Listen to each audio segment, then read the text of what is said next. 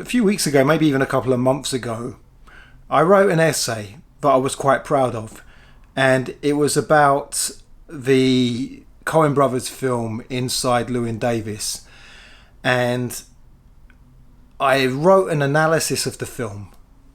So it was a kind of critical essay, but at the same time I brought in some of my own personal elements. And one thing I've been trying to do with the essays for a while is to mix that critical with what we call the lyrical, when we speak from a more personal, more emotional space, and try to look at art or culture in a way that doesn't shut off one part of our being. So it's not purely based in the intellect, but it's not purely based in our subjective responses to something either.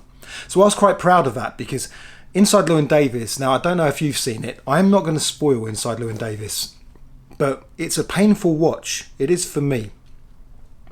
And it was more of a painful watch when I first watched it, because I think in some ways the poetry scene that I was part of was changing, and my career was changing as well.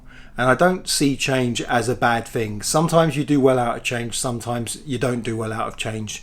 And then things change again, and it's all relative, and yin yang and Taoism and all that kind of beautiful stuff. But at the time, it definitely felt like a bad thing. So Inside Llewyn Davis stars Oscar Isaac. It's about a musician called Llewyn Davis, played by Oscar Isaac, who you can tell is at the end of his career, that the scene is moving on. It's the sort of early 60s, and it's the New York folk scene. And you can tell that things are going to change and he's going to be left behind. Again, I don't want to spoil things, so let me just very broadly summarise what the film was and what I got from it before I move on to my main topic of today. So the thing that I found really interesting about the film wasn't just how Oscar Isaac's role as Llewyn Davis parallels some aspects of my own life, which made it quite painful to watch, but also there was this subtext in the film.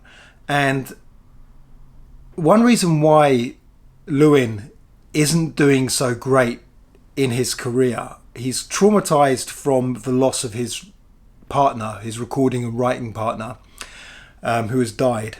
I don't think I'm spoiling too much. I don't think I'm going too deep into spoiler territory. Should we call this mild spoilers? Maybe mild spoilers. So he was part of a duo, and now he's on his own. And he feels quite bitter and cynical as well, which is human to go that way after great trauma. But one thing that compliment is the wrong word. One thing that happens at the same time as his career slowly going down the plug hole is that there are constant invitations for love. There are moments in the film where let's just say a relationship develops, and even in the worst moments, even moments where it feels like he's having a really bad argument with someone, really there is an opportunity for love in that moment. There's also opportunities for love that are represented by a cat as well. Again, I think it's not too spoilery if you do want to watch it. And one thing that peppers the film is that these opportunities for love and connection arise, and every time Llewyn bats them away. And the irony, I think, at the heart of his failure is that audiences aren't connecting with him. And one reason why audiences aren't connecting with him is because he is loveless. He's not making connections. He doesn't have any love in his life, so he has no way of building a connection from that same loving place to his audience. And so and I guess that's one way in which I didn't feel quite as bad when I watched Inside Llewyn Davis before I wrote this essay, which was, even though many of the things that I had dreaded about my own life and career had indeed come to pass, when they came to pass, they weren't so bad. They weren't anything I couldn't handle. And I was very grateful in the sense that I had had opportunities for love in my own life, and while I hadn't necessarily jumped at every single one of them, I hadn't messed it up either. And that I was quite happy to, at least during the midst of my failure, to find myself to be within a supportive and loving environment, and to have plenty of love in my own life. And a bit of love for myself as well, which is always important. Now, Frank, the 2014 film, which was released not too far apart from Inside Llewyn Davis, directed by Lenny Abrahamson, who went on to direct Room, which I think won a few Oscars. We begin with a character of John, who's played by Domhnall Gleeson. In fact, we don't see him, we hear him. And he's singing about something like gently rolling waves, children building sandcastles in the sand in my hometown. And what he's doing is this main character, who's the protagonist of the film, Frank. The Frank of the title, who we'll get to in a minute, is more of a side character. He's just in his hometown and he's looking at things and he's trying to get ideas for a song. And so he's observing things, singing about them, hoping for that bolt from the blue. So John is kind of deluded and caught up in a few things really straight away. That first thing he's caught up with is that idea of a lone genius working on something, who receives that bolt from the blue, that flash of inspiration, and then they feverishly get to work, and their masterpiece is by morning, maybe they've written through the night, and by morning they're in a terrible sweat and they're out of breath and they're exhausted, but they've created something amazing, and then they run out breathlessly, maybe to show it to their agents or someone else to share it with the world. And I think John's been suckered into that, and so he's waiting for this moment to come. But the other aspect of it is something that we get to see about John's character throughout the whole film, which he's also deluded by ambition and the need for fame, the need to be someone, particularly in an online sense. So the need for fame and to be someone in a way that's modulated and measured by clicks and likes and other stuff, which I spoke a bit about last week when I was talking about the difference between content and art. So a problem with John, I was going to get onto this later, but I might as well say it now because I'll probably forget it later, is he is lost between those two stools. He wants to be a serious artist. He wants to be respected and loved as a great artist, as a great songwriter. But at the same time, he wants to go viral. He wants to get the clicks. He wants to create content. And I think there's nothing wrong with creating content. It's absolutely fine. Some people are very good at it. I spoke last week about Mr. Beast and how Mr. Beast, if Mr. Beast was a Russian doll, let's say, or when people say in acting class that a character is like an onion and they have many layers, that Mr. Beast gif, I haven't got the same teeth, I haven't got the same Hampsteads as Mr. Beast. But that's that gurning, smiling thumbnail that's at the front of his videos. If he was an onion and you could peel a layer away, you would just have another one right behind it. It really is who he is, and you can tell that the thing that he really loves is working out the algorithm, working out how to create something that will get millions of views. That is genuinely his passion. It's not that he has a passion a real passion, but he realizes in order to realize his passion, he must create viral content. He must create something commercial. That's genuinely the thing he loves, and that is the problem with that mindset. Actually, the mindset that you must, if you're a creative person and an artist, then you must look at what's popular and try and do that in order to get an audience, and then make that audience accept your real stuff. It never works. And I hate the term competition, because I don't think as artists we should feel like we're in competition. I believe that, and I know people will disagree with me on that. We should feel more that we're just part of this big cultural milieu, this big cultural soup, and we're all creating stuff and throwing it in there, and we're all influencing each other in a billion invisible ways. But anyway, when you're trying to make it as an artist, ultimately, if you really think that you're going to try, you have to create something popular first, and then maybe you can let your real soul come out. You are in competition, or let's say you're creating in the same space as people whose passion is to create that popular stuff. They genuinely love that popular stuff. They genuinely love to create that popular stuff. You're never gonna match that. You are never going to have the same effect that someone who loves doing that thing has. So you might as well just carry on going into your own thing. Now, unfortunately, John didn't get this memo, and so John is trying to create his work of genius, but he's not connecting with his town. So even though he's looking at these things in his town, children and waves later on, so all of these songs and fragments are awful, but I have to say there's one bit where he walks past a woman and he sings, "Lady in the blue coat, where you going with that bag?" And then he says something like, "Lady in the red coat, do you know the lady in the blue coat?" I'm a good singer. Don't believe otherwise. But anyway, that scene, I don't know why, but I kind of felt, you know what, if he worked on that one, it could be a bit of a banger. If you ask me, Lady in a Blue Coat, where are you going with that bag? It might just be my idiosyncratic tastes in music, but I kind of felt that I had a bit of something to it. Rest of them, awful. So he's coming up with these ideas and just casting them aside immediately. He's casting the ideas aside in the same way that he's really casting the things that he's observing aside as well. He's not really connecting them. His art, he's not reaching out. There's no love in that connection. So he is in that loveless state. He's so caught up in this idea of inspiration being a bolt from the blue that leads to your work of genius, that on his bus home, so I guess he's walked along the beach, now he's getting a bus to the suburbs in his hometown, and he's on the bus home and he's listening to his headphones, and you can just make out that he's listening to, it's quite subtle, I didn't catch it the first time I watched it, but the second time, I got it, which is he's listening to It Must Be Love by Madness. I've just realised now that I didn't really give the proper spoiler warning for Frank. I will be spoiling loads of Frank, so if you haven't watched Frank and you don't want to know about it through me first, then I'm sure it's really cheap to rent, or it's probably on a streaming service somewhere. So I'd recommend having a watch of Frank. Back to, but in fact, if anything, I'm just going to put the spoiler alert on this little, over here, on this little screen thing that appears to the right of me. So where was I? So he's going back to the suburbs, and he's listening to his headphones, and he can make out It Must Be Love by Madness.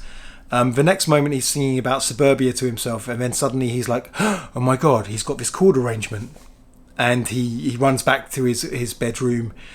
He gets into his house. His mum and dad are sort of saying hello to him, how was your day, and he's ignoring them. He's just got to get to his bedroom. I've got a song to write.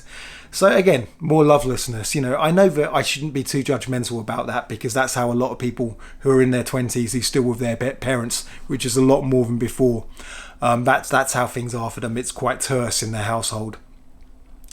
So he runs upstairs, starts playing it, and then part of the way through he suddenly realises that he's playing It Must Be Love by Madness. And I mean, he's so caught up in that bolt from the blue thinking that obviously when the song appears in his head that he's just been listening to, he immediately assumes it's his. And I think there's an important point to make, because I think this point is revisited in quite a subtle way later on in the film, which is that just because the song that you thought of, or the piece that you create, and we all do this when we think something is ours and actually it's something someone else has made, you can keep working with it, you can keep creating, you could see the different direction it can go in and then cut away the scaffolding. There's a bit of controversy, maybe not as much as before, but in poetry definitely there was a bit of controversy where there were quite a few cases of plagiarism a few years back, with stuff being published and winning competitions. And often the scaffolding argument was used. I used this poem as scaffolding and unfortunately submitted an earlier draft. I'm not against the scaffolding argument. Some people feel, it should come from somewhere completely original. But I do think that it's worth always writing after someone else, to acknowledge the source, the original inspiration, even if you have transformed it greatly. So yeah, that's something he could have done, but he just cast it aside. He casts it aside immediately. He's so blocked, but he's blocked because of his delusions about art and fame and creativity. So the next day he's back on the beach, and I've forgotten the name of the band actually. It's too late for me to look it up. I just want to talk to. It's called like the Soren Pufferbs, something like that. Soren Pufferbs. Soren Pufferbs. It's different, There it is on the screen. There it is. Oh, did you hear that? That's my stomach. Goodness me. That was the noise for the thing on the screen.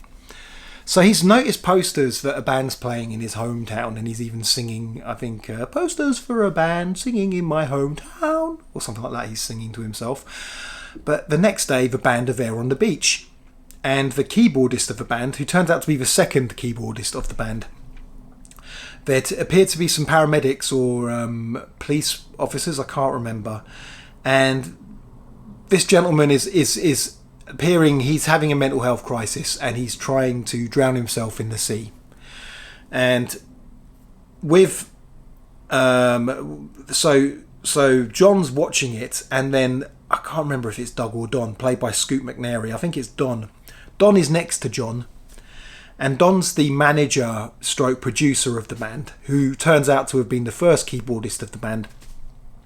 And he's there watching the keyboardist have a mental health crisis, and chatting to John, and and John's like, "Oh, you're with the band, are you?" He's like, "Yeah." And he goes, "Looks like that we can't do the gig tonight because that's our keyboardist." And John immediately says, "I can play keyboards." He's just in there like a shot. So again, in the same way that he's been watching everything with no empathy, with no love, no connection, just trying to extract the value of song from it, he's now watching someone having a mental health crisis, and he doesn't care. He's just looking for his opportunity. He's so kind of lost in that weird narcissistic ambition. And so he gets himself a spot in the band. Don goes to the van where obviously Frank is sitting in his mask, and spoilers, but you've seen the poster, so you know what the film is, and obviously he gets approval. So John turns up at the gig. There's no rehearsal or anything like that, they just show up on time. He turns up, he's there at the keyboards, and then they start playing their music, and he manages just to play the chords that he's been told to play. And then Frank walks on stage, and Clara, who's played by Maggie Gyllenhaal, and Frank is played by Michael Fassbender. Clara he's got like a mic. He's got a mic sort of hung around his neck, and he's wearing this big papier-mâché head. And Clara plugs it in. I'll talk about the papier-mâché head in a minute. And the gig begins, and he starts singing, but then Clara gets electrocuted. She's got a theremin and a moog, and she gets electrocuted, and so she gets angry. The whole band get angry. It ends in electrical failure, and that's it. Within sort of minutes, the gig is over. It's finished. It's ended in disaster. Now, Frank's mask is an important detail. So Frank's mask, when I first watched it, I've got a feeling that when Americans saw the trailer for a film, they just thought, "Oh, what a funny mask." Whereas British people of a certain generation went, "That's Frank Sidebottom." But then watching the trailer and going, "This is nothing like Frank Sidebottom. What's going on?" And Frank Sidebottom, if you didn't know, was this sort of alternative cabaret comedian played by Chris Seavey, who died a little while back. And actually, I think he died before the film was released. And he was fine with it. But John Ronson, who wrote The Psychopath Test and The Men Who Stare at Goats, was a keyboard player at one point.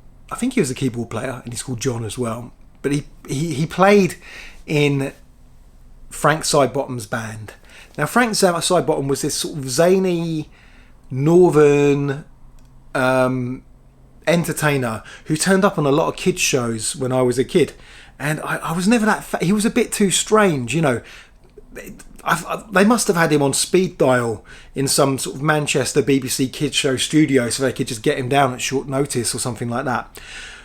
Or maybe he was in London, I don't know. But he was very zany, and I think there was a performance art aspect to what he did that just, maybe it did connect with some kids, but to me, I just didn't know what was going on. I just kept on thinking, why do they keep getting this man on my TV show? Why can't they show more Transformers cartoons instead, more He-Man? Something like that. And he kind of had a bit of a, there's another entertainer called George Formby, and there was definitely a kind of George Formby quality to him, you know, someone who talks like that all the time, and he had a very sort of Mancunian accent, which I know is going to change. And so that's why I'm not going to do the accent for too long. So that's Frank Sidebottom. This Frank has nothing to do, apart from the mask, he's completely different. Firstly, Fassbender's quite a muscly guy. He's kind of lean, he's got that kind of middleweight, maybe light heavy, now more middleweight, super middleweight boxer kind of build. He's ripped, you know, he's there's no body fat going on there or anything like that. So straight away, that's something that's kind of different. And then his mentality is different as well. And so he really doesn't resemble Frank Sidebottom. And it's meant to be that they used Ronson's memoir of playing with Frank Sidebottom as a sort of starting point, but it just grew into something else completely.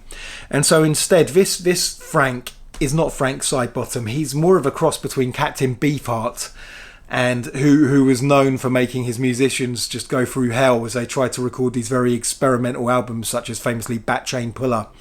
He would keep them as prisoners in a house in the middle of nowhere until the album was finished, and that's definitely borrowed from this film. But part of his energy with his vocals and his physicality actually reminds me of David Yow, the lead singer of the Jesus Lizard, who were a kind of alternative band who at one point shared a B-side with Nirvana. And I saw live, and he's a very intense guy, and I got vibes of David Yow as well in this portrayal of Frank. So the gig ends in disaster. John thinks it's all over, and the band go off in their van, and that's it. John's left on his own. But then he gets a phone call from Don while he's at work the next day and says, "Hey, you know, we're recording an album. Can we pick you up? We're going to Ireland. Have you got a passport?" I can't remember, something like that. He's like, "Yep." They pick him up in the middle of a barren car park somewhere. He gets in the van, off they go to Ireland to record, to a house, a remote cabin where they're going to record their album. So that's when I don't really want to just end up going over the whole plot here. I really just want to talk about the parts of the film that interest me. And so they're recording this album, and I think here, when they're in Ireland and they're recording, you get a sense of what kind of creativity and what kind of band they are. The Soren Pufferbs. And that is, they're just there, and they're just this collective unit that love creating together.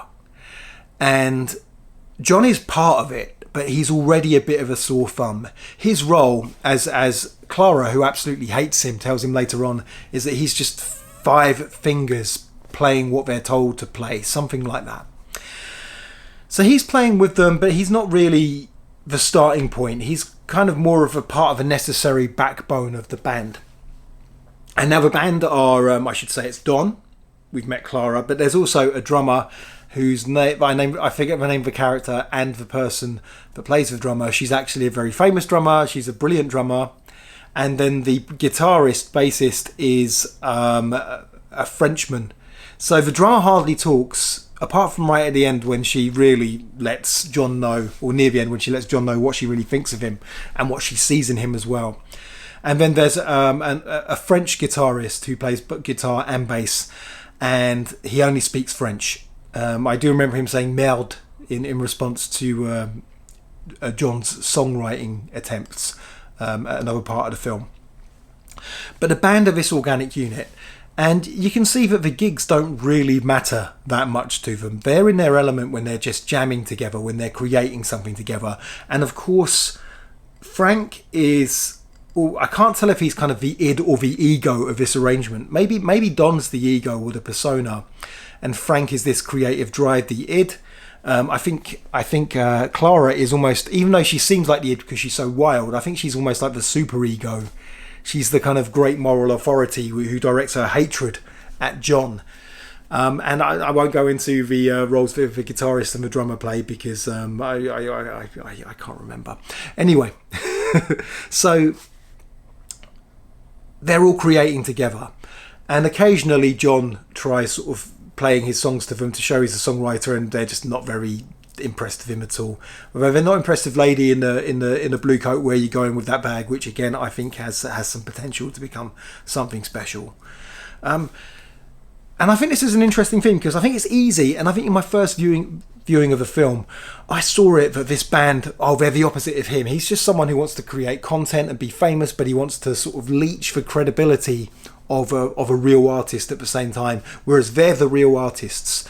But I think there's a point here where actually what they're doing isn't perfect either. You can tell they're not really reaching out to the world. They are more like this collective of friends that, while they lose their sense of identity in their creation of the music, while they enter this beautiful state of flow, at the same time they're never kind of pointing this outwards. And I think that Frank is the one who perhaps understands that they do need to find an audience. And Frank is, of course, the one who is shutting himself off from the world with his mask. He never takes the mask off.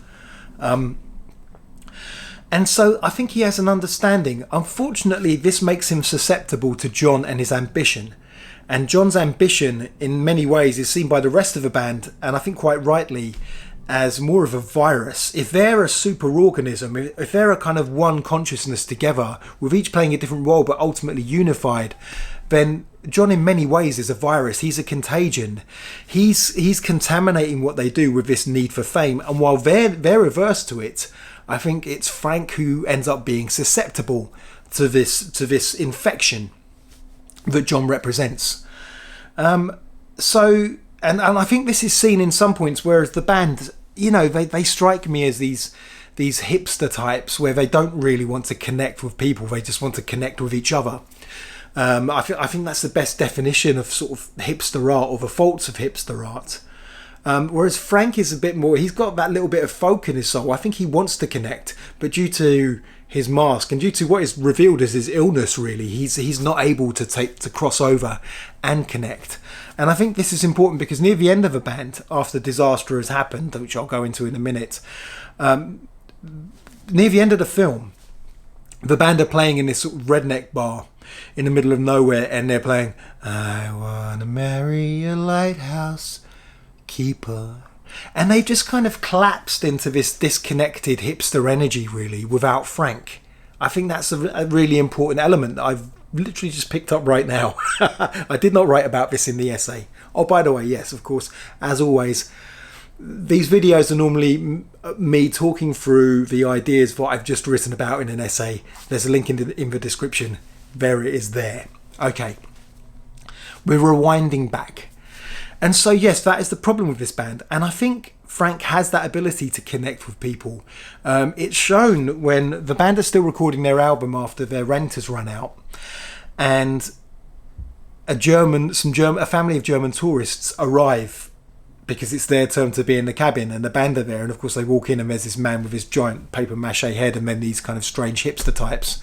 And even John, I think, has got a big massive beard by then. Or I can't remember. At some point he's got a big massive beard. And so it's a bit of a tense moment. But then Frank starts speaking German, perfect German, and he walks off with the mother of his family. And the next moment, him and the mother are kind of twirling and doing pirouettes. And then it shows a German family driving off. And while the rest of the family seem nonplussed, the mother looks like she's had this ecstatic experience and she's absolutely in love with Frank. And I think that's important. Frank can have his connect on people. The rest of the band can't have this connection. Don's very personable, but Don has problems. I can't go into too many details about Don's problems because they might affect the suitability of this video. Let's just say that Don can, even though he's quite personable, he has an attachment to mannequins, and so rather than real animated human beings, let's just go there. Okay, so that, I think Frank's mask and the band themselves, yes, that they can lose their identity with each other. But I think as an artist, you have to give something to the world as well. Even if the world rejects it, there has to be a point where you have to make this same contact with the world. And so, whereas John is just this strange person who's caught up with these ideas of online fame and isn't really serious about his art. He just wants to be popular. He just wants to be famous and wants to create something viral. The band are at the other end of the scale where they're creating together, but they're not really opening up to the world either. They're not really sharing with the world or finding a point of connection with the world. So they finished their album after many months, after a year, I think. And unfortunately, Don takes his own life. They think it's Frank at first because when they find him, he's got the Frank mask on, but then they take the mask off and it's actually Don, and Frank walks in at that moment anyway. And so Don is cremated. And I think when the band lose Don, I think that's really when it's almost like Don was a meaningful interface with the world still. Don was the one booking the gigs. Don was the one dealing with the outside world, so they would occasionally play, even though the gigs were disastrous. Now they've lost that element of the band. There's Frank, who's obviously just, yes, he can connect with people, but he can't really connect with people in the normal human way. I think at least Don is the one who knows the etiquette. He's personable. He's the one that can talk to people and arrange things and act as that go-between between the band and the world. And so they're left with John. And so shortly after, John is pointing out that they've been invited to South by Southwest to play their gig. And the band aren't happy about this. In fact, they're not happy to find out that John has been sharing sharing videos of them with the world on social media. But one of the videos has had 26,000 views. And obviously in these days of YouTube, that's certainly not a lot. People get hundreds of thousands of views at least in order to be kind of seen as being quite successful, and then obviously the most successful, the millions and even the billions of views. But I think around that time the film came out, 2014, I think it was still, people would still probably say if something got 20,000 views, they might say it's gone viral, if it's got thousands of views. YouTube wasn't quite, it was still in its Charlie Bit Me phase, I'm not sure. 2014? Not too sure. So the band reject this idea immediately, but Frank, as I said, Frank feels like he needs to connect. The problem is he's now vulnerable to John's way of connecting. And John's way of connecting is a way that alienates ultimately Frank from his own creative heart, and it alienates him from the rest of the band as well. So they finish the album in Ireland. They go off to they make a bad attempt at scattering Don's ashes, because they end up not being Don's ashes, and then off they go to South by Southwest in San Francisco. And I think this is where John is at the height of his mania, I think, because he's obviously been waiting for his big moment when the crowd adore him, and he's finally made it. Years and years and years ago, I remember working with one artist who did quite well because they made enough money. This is when I was very young, when I was in my early 20s. And this person had made a fair bit of money from a record, from their role on a particular record. And I remember said something about, oh, how was it when you made it? And she just laughed at me and said, you never make it. That's, that was the John in me, I think, back then, talking to this person. And I think that's true. It never really happens. But John is, of course, feels like he's approaching his big moment. And Frank at first is quite happy. He's thinking, oh, people like me, we're going to, and the band are cautious. They know something bad might happen. Clara's already threatened to stab John at this point, after they had a hateful tryst in a hot tub at one particular point in the film. So, leading up to the gig, John is trying to get Frank to create more commercial work, and Frank attempts to create his commercial pop indie song, which isn't really a great pop indie song, and he's beginning to freak out. There's a bit that I missed out, actually, that I might go back to right now, so let's pause that there and rewind back to one more thing about John, because I did want to talk about it. So there's a moment in the film, because John's coming up with his songs, and John comes up with this really, really atrocious song called, let's just call it La La La La La, where it's just this very wet dirge, let's call it. But there's a moment he shares it with Frank, and Frank says, oh, that's really good. I don't think Frank thinks it's really good. In fact, we know Frank doesn't think it's good later on when John tries playing the same song again at their gig. But before then, Frank goes, that's really good. And he approaches the keyboard and starts playing with John, but now he's changing it. He's immediately changing it and transforming it. And then at some point, suddenly, Clara joins in, and then John is sort of pushed off the keyboard, and now they've just turned it into their typical sound, where all these strange noises, and it's no longer this kind of wet melodic dirge that John had come out with. And John storms off in a huff out the cabin, moaning about the nest egg, because they managed to stay in the cabin because of his uncle left him some money. Again, it's kind of lovelessness, isn't it? That connection with family is just his nest egg that's been left to him by his uncle who died. So but I think it's an important scene in the film, because while it seems like another moment when John is kind of being emasculated and ignored and ridiculed, Actually, I think Frank is trying to show John how to do things. I think he's saying, it's okay, we can start from your song, but you have to give us your song over to us in the sense that it might be destroyed or transformed beyond all recognition, because we want you in some ways to become destroyed and transformed beyond recognition, because then you will really, that's how you become part of this, that's how you become part of the band. And I think it really symbolises how when they play, it is almost like every moment is an invitation for him to really lose himself. But he never really does, because he can't let go of this individualistic quest for fame. Let's go back to San Francisco. So things are getting worse. They go to a kind of event before the gig, and Frank is getting very, very anxious now. Very, very anxious. And John is not seeing this at all. The rest of the band are worried about him.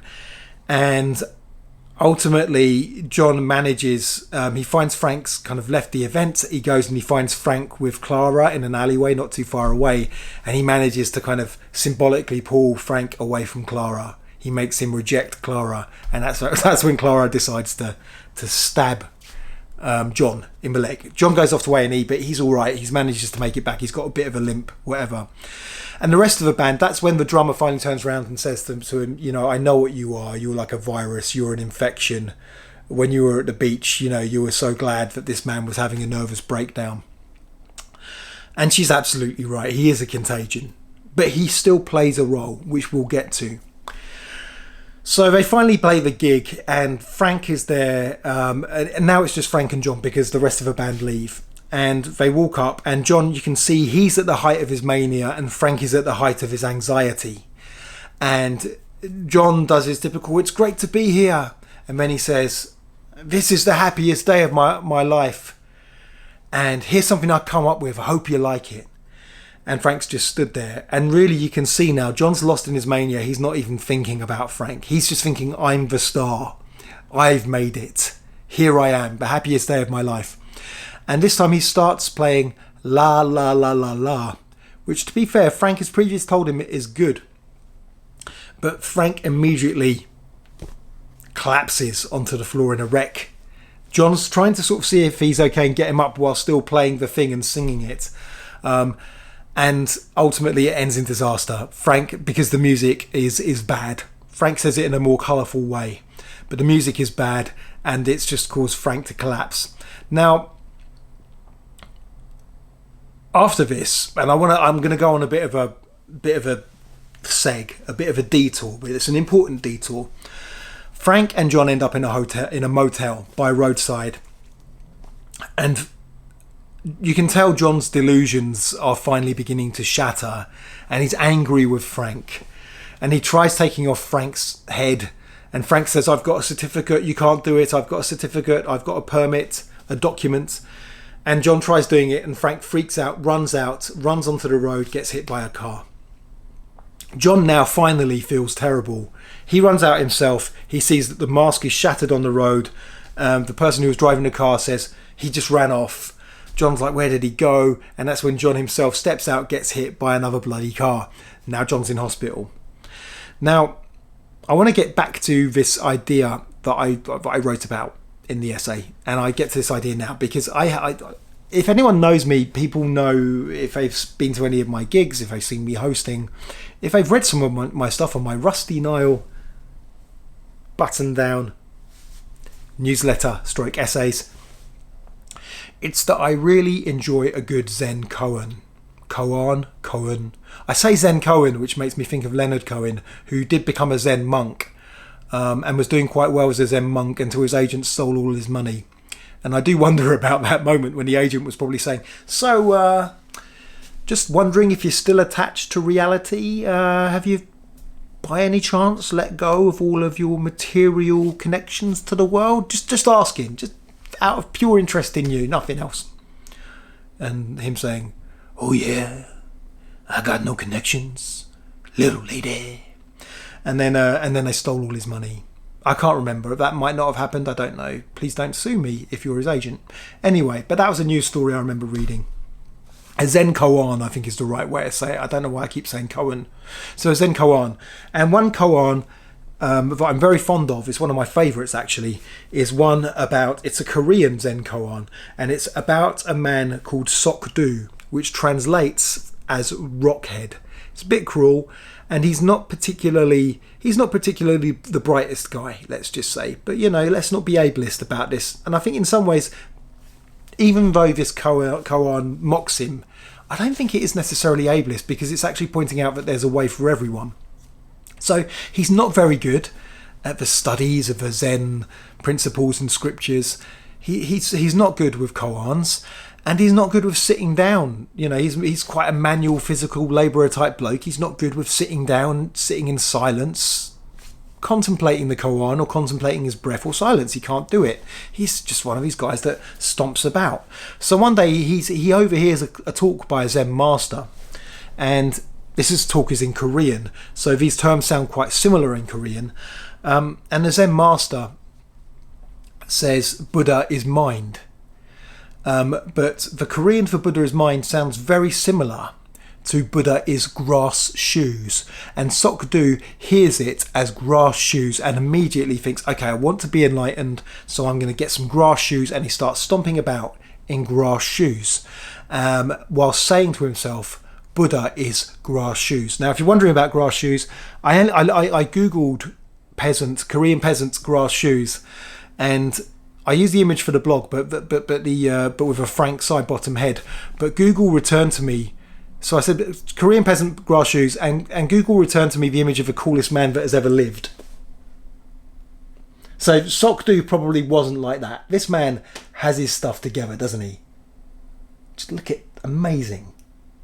Everything. The grass shoes, the hat, the beard, the pipe. I'm never going to have style like that. Anyway, that's not Sok-do. So Sok-do is wandering about, stomping about for ages, all the time, every day, saying Buddha is grass shoes, Buddha is grass shoes, Buddha is grass shoes. And then one day he's so intense about it, doing it, that he trips up, kind of tumbles around, flies up in the air, crashes to the ground. The grass shoes crash to the ground and shatter. And in this moment when the grass shoes shatter, tongue twister, Sok-do has a moment of great insight, and he runs to the Zen master holding his broken grass shoes, and he sees the Zen master and he hits him with the grass shoe. And the Zen master, being a typical Zen master, immediately sees this as an attempted transmission of teachings, of ideas, or an attempted transmission of understanding of the teachings, but he's still skeptical. He's like, why are you coming at me with this? Am I meant to be impressed? To which Sok-do replies, all of my grass shoes are broken. And the Zen master smiles. I can't remember if he hugs him or just presses his head against him or something like that, but the Zen master is very impressed with this response and accepts this transmission of understanding from Sok-do. And it's quite nice in a way. It's from a book called Flicking Ashes on the Buddha, I think, or Flicking Ashes on a Buddha's Statue. I forget the name of the author. It's a fantastic book of, sort of Zen stories. And so, but I like it because it says everybody has their path, everybody has their way in. It doesn't have to be these particular dogmas and practices. So yes. How does this relate? Well, you might think, well, Frank's head is broken, hasn't it? It's broken, so maybe Frank's head is his grass shoes. And in a way, you're right. I think Frank's head is his grass shoes. It turns out, because firstly, John, he realizes he has his insight as well, and he goes about. He realizes he has to make amends. He sees the damage he's done, and he has to make amends. He finds the band playing in a redneck bar, collapsing into hipsterish laconicness without Frank, and he tells them he's sorry, and he says he's going to make it right, and he does make it right. He eventually finds Frank. Frank is at home, and he brings Frank back to the band. Frank's with his parents, but it turns out, Frank was mentally ill. There was no great trauma that made him wear the mask. The dad said, I made the mask for him once for this fancy dress party that he knew wasn't really happening, and we kind of enabled it, and we just went with it. Maybe we shouldn't have. And they also said that the mental illness, it didn't make him a great musician. He was always musical before he got ill. If anything, the illness slowed him down. And I think that's another really important point that the film makes. So, yes, Frank's grass shoes did break, but his moment of insight happens a bit later on, in the sense that it's when he's reunited with the band. And that's when he has his moment of insight. Now, I'm going to finish talking about Frank's moment of insight, because it really turns back round and juxtaposes really well with the beginning of the film. And I want to end on that bit rather than do this bit now. End on the bit I'm going to say now. So, John also has his moment of insight, and the moment when his grass shoes break is that moment in South by Southwest when his gig suddenly becomes a disaster and Frank collapses into a heap in response to his terrible music. John's grass shoes are his delusion. That it's his delusion about becoming big and famous and going viral and having his moment. In many ways, his big moment of his gig, that's a grass shoe. And that moment is the moment when that grass shoe breaks. And that ultimately, but I think it's later on, after Frank is hit by the car, after finally it comes to a head and John realises how much of an absolute monster he's been. That's when he has his insight, and that's when he goes about making things better. He realises that it's not just about an apology. You have to go beyond the apology and do what's in your power to make it better, unless your help isn't needed at all and you need to just vanish, which is also something that you deal with. There's a scandal right now in the news about some comments that a Tory party donor that were absolutely abhorrent, racist and misogynistic and violent, comments that were made by a Tory party donor about Diane Abbott.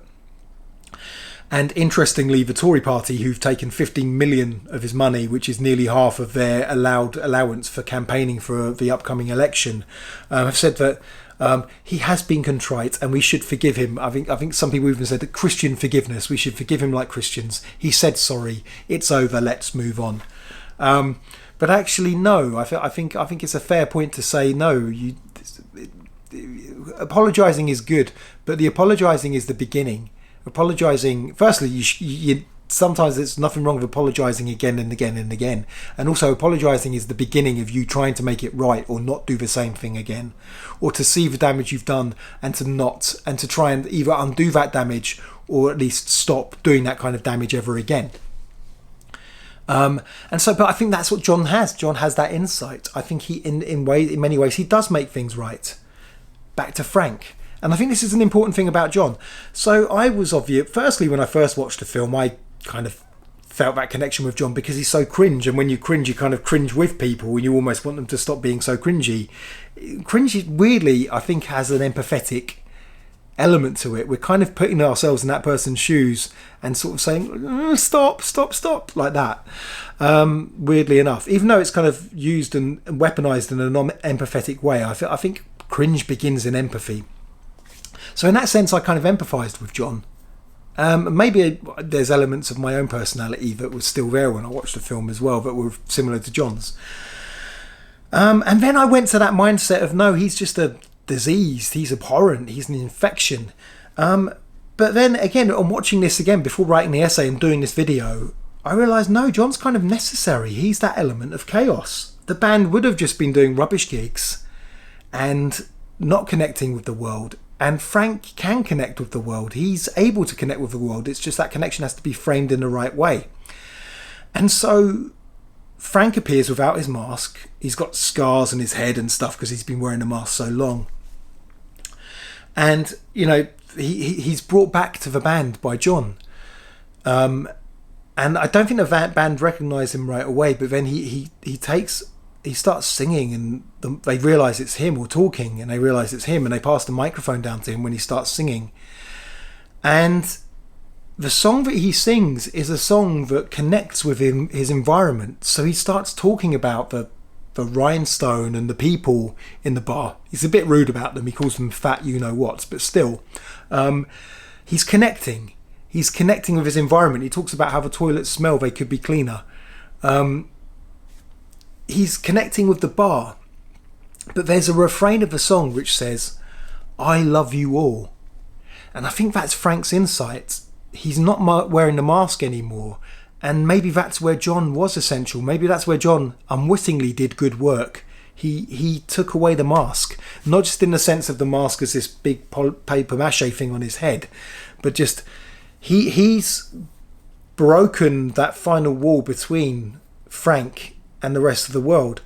And Frank is connecting, and then the band feed into that energy and they play and they sing a beautiful song. But the refrain is, I love you all, I love you all. And it's not just, I think it's perhaps pointed at the band, but I think it's pointed at the environment and the people around as well.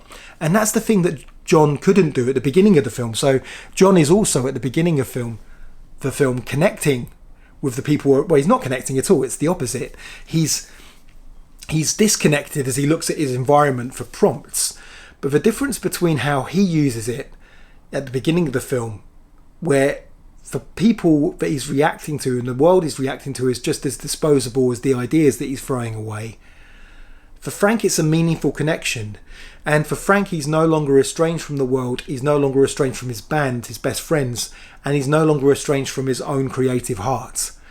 And I think that's what makes the film a happy ending in its own way, is the fact that he's now connecting.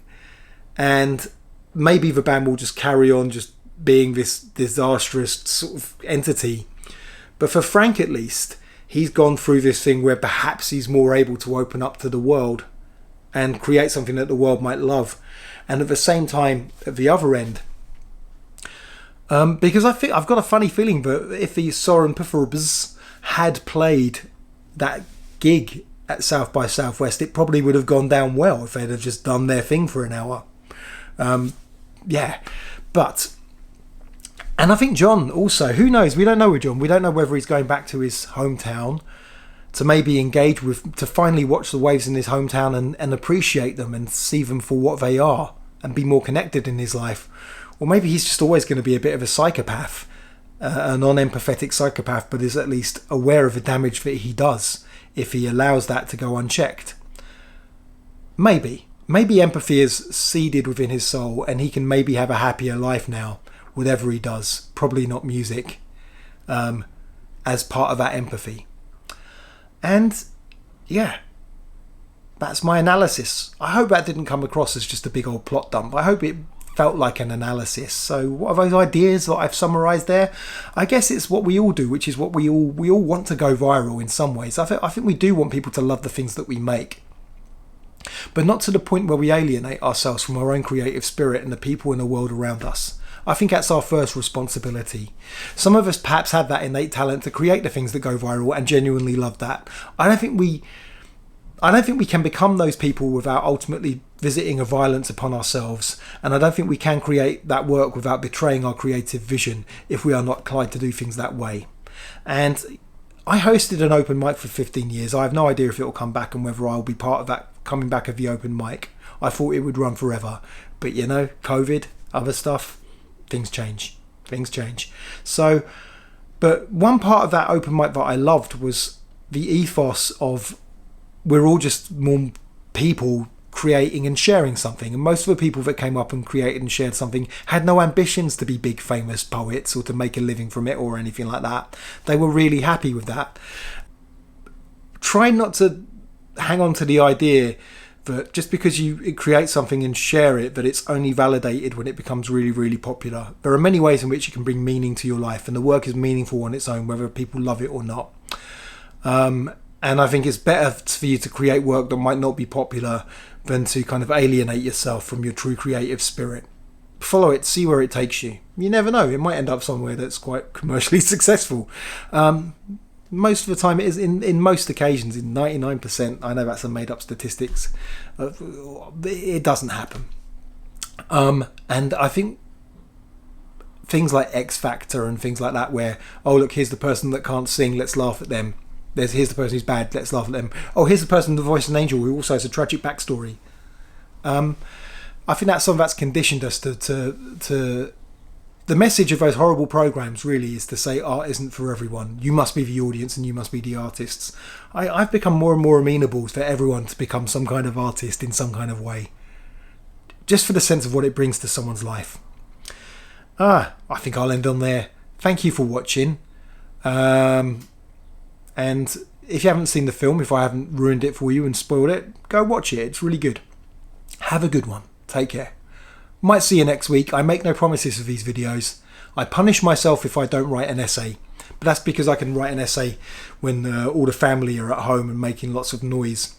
Whereas these videos rely on a few moments of quiet I get about once a week, and that's not always available. So yeah, no promise to post these every week, but the essays are always up every week. Hey, check them out. You might enjoy them. Bye bye. Have a good one.